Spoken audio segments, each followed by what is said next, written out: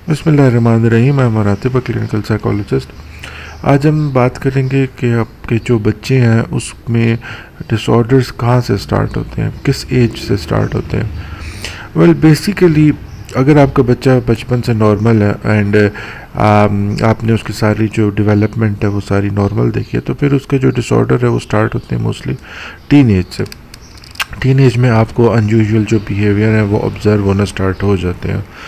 अब आप किस तरह डिटरमिन कर सकते हैं, किस तरह आपको पता चलेगा कि जो डिसऑर्डर है वो वाकई में किसी डिसऑर्डर है या वैसे वो बच्चा जो सा गुस्सा कर रहा है या वो अजीब सा बिहेव कर रहा है। So first of all the first thing जो आपने देखनी है वो ये है कि अगर बच्चे की ज़िंदगी पहले उसकी जो स्कूल की परफॉर्मेंस थी वो काफ़ी अच्छी थी एंड सडनली उसके स्कूल की जो परफॉर्मेंस है वो बिल्कुल ही कम हो गई है।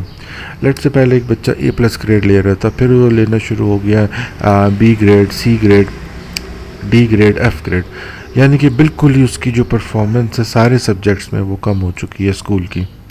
एक ये चीज़। दूसरा, आप ये देख सकते हैं कि उसकी जो नींद है वो उस पूरी कर रहा है या नहीं कर रहा है, दिन में वो प्रॉपरली सो पा रहा है या नहीं सो पा रहा है। अगर उसकी नींद बहुत ज़्यादा डिस्टर्ब्ड है, सारी सारी रात जागता है फिर दिन को भी जागता है, तो वो एक और साइन है कि इसको कोई ना कोई साइकोलॉजिकल डिसऑर्डर है। इसके अलावा सोशल लाइफ जो सी है उसमें प्रॉब्लम आना, जैसे कि आप उसके जो दोस्त वगैरह हैं उनसे वो उनको छोड़ देना और आइसोलेट कर लेना अपने आप को।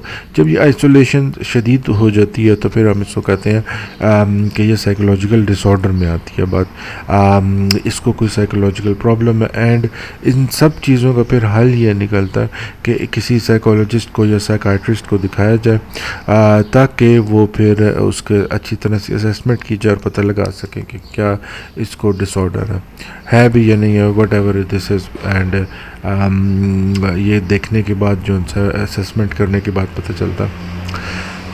I hope that will be helpful. अगर आपके जो बच्चा है वो टीनेजर है and he is showing unusual behaviours और उसकी स्कूल की परफॉर्मेंस पहले बहुत अच्छी थी और अचानक से कम हो गई है, उसकी नींद ख़राब है, उसका साफ़ सुथरा रहने में उसको प्रॉब्लम हो रही है, तो डेफिनेटली आप उसका मेंटल हेल्थ चेकअप ज़रूर करवाएं ताकि पता चल सके कि इसको कोई डिसऑर्डर है या नहीं है, what is actually going on. और अगर डिसऑर्डर है तो डायग्नोज किया जा सके शुरू में ही कि क्या डिसऑर्डर है ताकि उसका ट्रीटमेंट सही तरह से करवाया जा सके। Thank you so much.